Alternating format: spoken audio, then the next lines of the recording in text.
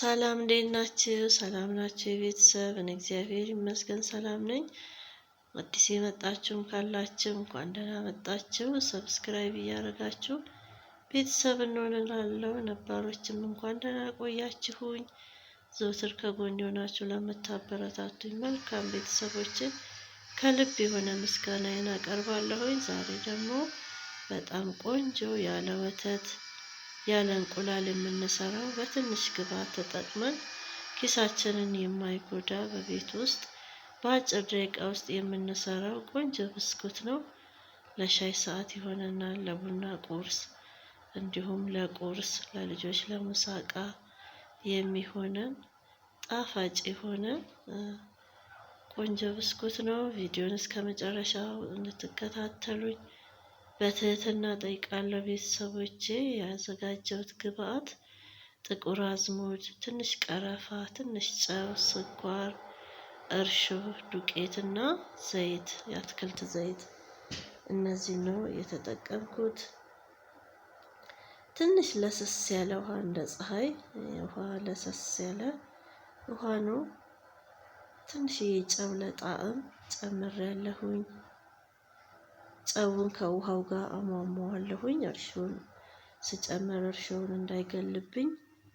እዛ ዘይት የአትክልት ዘይት ትንሽ ነው የማረገው እንዲያለሰልስልኝ ብስኩቱን ስጠብሰው ድርቅ እንዳይልብኝ እንዲያለሰልስልን የአትክልት ዘይቱ ይጠቅመናል ማለት ነው። ስኳር ደግሞ እንደ ፍላጎታችን ስኳር ከፈለግን ጨመር ማድረግ እንችላለን፣ ካልፈለግን ደግሞ አነስ ማድረግ እንችላለን። ስኳር እንደ ፍላጎታችን ነው። እርሾ ጨምሬያለሁኝ። እርሾ ግማሽ የሾርባ ማንኪያ የሚያህል መጥኜ ጨምሬያለሁኝ። እኔ ስለማውቀው ነው። ለከለር ደግሞ እርድ እንጠቀማለን። እርዱ ከለሩን ቆንጆ ያደርግልናል። ዱቄት ጨምሬያለሁ። ይሄኛው ደግሞ ቀረፋ ነው። ቀረፋ ለጣዕም ለሽታ ደስ የሚል ጣዕም ይኖረዋል። እነዚህን ከጨመርኩ በኋላ አንድ ላይ አቦካዋለሁ። በደንብ እሽት አድርጌ መታሸት ይፈልጋል። አሽቼ በደንብ አቦካዋለሁኝ። ዱቄት ከጨመርኩት ላይ ዱቄት ካስጨመረኝ እንዳይላላብኝ ትንሽ ዱቄት በተን እያደረኩኝ አቦካዋለሁኝ ማለት ነው። ዱቄቱ እንደ ውሃችን መጠን ይለያያል። አንድ ሳህን አድርጌ ነበረ። ካስጨመረኝ ትንሽ ግማሽ ጨምራለሁኝ። ከዛ አቦካዋለሁ። በደንብ እሽት አድርጌ አቦካዋለሁ። መታሸት ይፈልጋል። እንቁላል ወተት ስለሌለው ፍርክርክ እንዳይልብን በደንብ እሽት እናደርገዋለን። ዘይት ደግሞ ላዩ ላይ ጠብ ያደረግነው ጥምዝዝ ብሎ ከጠበስነው በኋላ ድርቅ እንዳይልብን ዘይቱ አስተዋጽኦ አለው ማለት ነው። እንደ ሶፍት ይሆንልናል። ልስልስ ያለ ሲጠበስም ቢቆይም ምንም ችግር የለውም። በደንብ እሽት አድርጌ ካቦካሁት በኋላ አሳርፌዋለሁኝ። ልክ ከ30 ደቂቃ በኋላ እንደዚህ እንደምታዩት ቆንጆ ሆኖ ኩፍ ብሎ አግኝቼዋለሁኝ። ሊጡን ላላ አድርጌዋለሁ። ምክንያቱም ያላላሁበት ምክንያት ድርቅ እንዳይልብኝ ለዛ ብዬ ነው። ያለ ወተት ያለ እንቁላል ስንሰራ እነዚህን መንገዶች አንደኛ ስናቦካ ሊጡን ላላ ማድረግ አለብን። ሁለተኛ ደግሞ ትንሽ ዘይት በተለይ አትክልት ዘይት ያላላልናል። እንደ ብስኩት ሶፍት ብስኩት ያደርግልናል ማለት ነው። ከከፋፈልኩት በኋላ ይህንን አንድ 7 ቦታ ከፍየዋለሁኝ። ከዛ በእጄ ትንሽ ሰፋ አድርገዋለሁኝ። መሀል ላይ ያለን ነገር እናደርጋለን። በምንፈልገው ቅርጽ ቆራርጠን መጥበስ እንችላለን። እኔ ዛሬ የአበባ ቅርጽ ነው መስራት የፈለኩት። በጣም ቀላል ነው። ባለን ነገር ከላይ ብርጭቆውን ጣል አደረኩበት። ከዛ ቆራርጠን በእጃችን አስተካክለን የአበባ ቅርጽ እናስይዘዋለን። ከዛ እንጠብሰዋለን።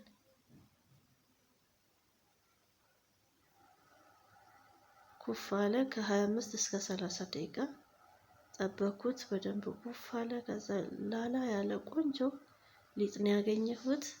በምንፈልገው ቅርጽ እንደዚህ ቅርጽ እያስያዝን እቃ ላይ ዘይት የተቀባ ትሪ ላይ አደረኩት። ይህንን በነገራችን ላይ እንደዚህ ሰራነውን ኦቨን ውስጥ መክተት እንችላለን፣ በዘይትም መጥበስ እንችላለን። እኔ ለዛሬ በዘይት ነው የምጠብሰው። ሁሉንም እንደዚህ ባሳያችሁት መንገድ ቆራርጬ አስተካክዬ ቅርጽ አውጥቼ ከዛ ትሪው ላይ አድርገዋለሁ።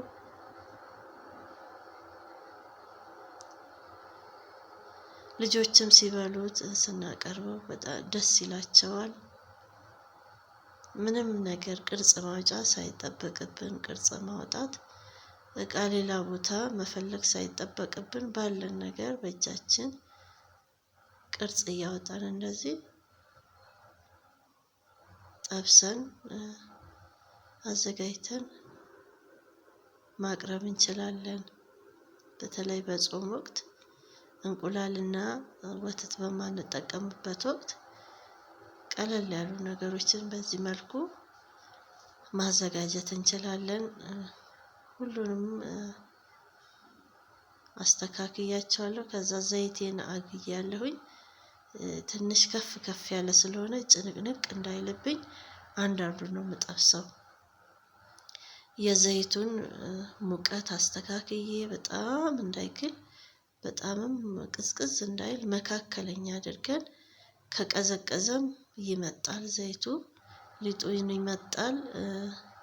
በጣም ከጋለ ደግሞ ግልብልብ አድርጎት ከውስጥ ሳይበስል ከላይ ይለበልበዋል፣ ያቃጥለዋል። ስለዛ የምንጠብስበትን ዘይት ሙቀት አስተካክለን ቆንጆ አድርገን እንጠብሰዋለን።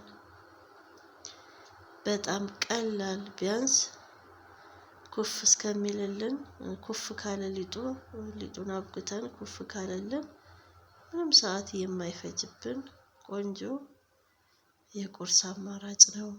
ለምሳሌ ቅዳሜና እሁድ የሰንበት ቁርሶችን ስናዘጋጅ መቅሰስ ላይ ለመቅሰስ ለልጆች ቆንጆ አማራጭ ነው። በጣም ነው የሚጣፍጠው። ይሸታል። የቀረፋው ሽታ ደስ የሚል ነው። በደንብ አሽተን ካቦካ ነው እንዳልኳችሁ ላላ ለቀቅ አድርገን ካቦካ ነው እንደዚህ እንደፈለግን ይታዘዛል። ስንጠብሰው በዚህ መልኩ እንደዚህ ወደ ላይ ይነፋና ውስጡ እርግጥ አድርጎ እሳት እንዳይገባው እንዳይበስል አይከላከልም ማለት ነው። ላላ ካለ እንደ ልብ ስለሚለጠጥ ውስጡም ይበስልልናል። ቆንጆ ሶፍት ብስኩት እናገኛለን ማለት ነው።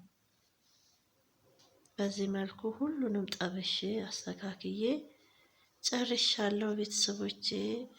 ጥቁር አዝሙድ ለመልክ አርጌበታለሁኝ። በጣም ቆንጆ ነው፣ ትወዱታላችሁ። በአጭር ደቂቃ ውስጥ የምንሰራ በተለይ ኪሳችንን የማይጎዳ ቆንጆ የቁርስ አማራጭ ነው። እስካሁንም አብራችሁኝ ስለነበራችሁ ከልብ አመሰግናለሁ ቤተሰቦቼ። እግዚአብሔር ይስጥልኝ። ቻው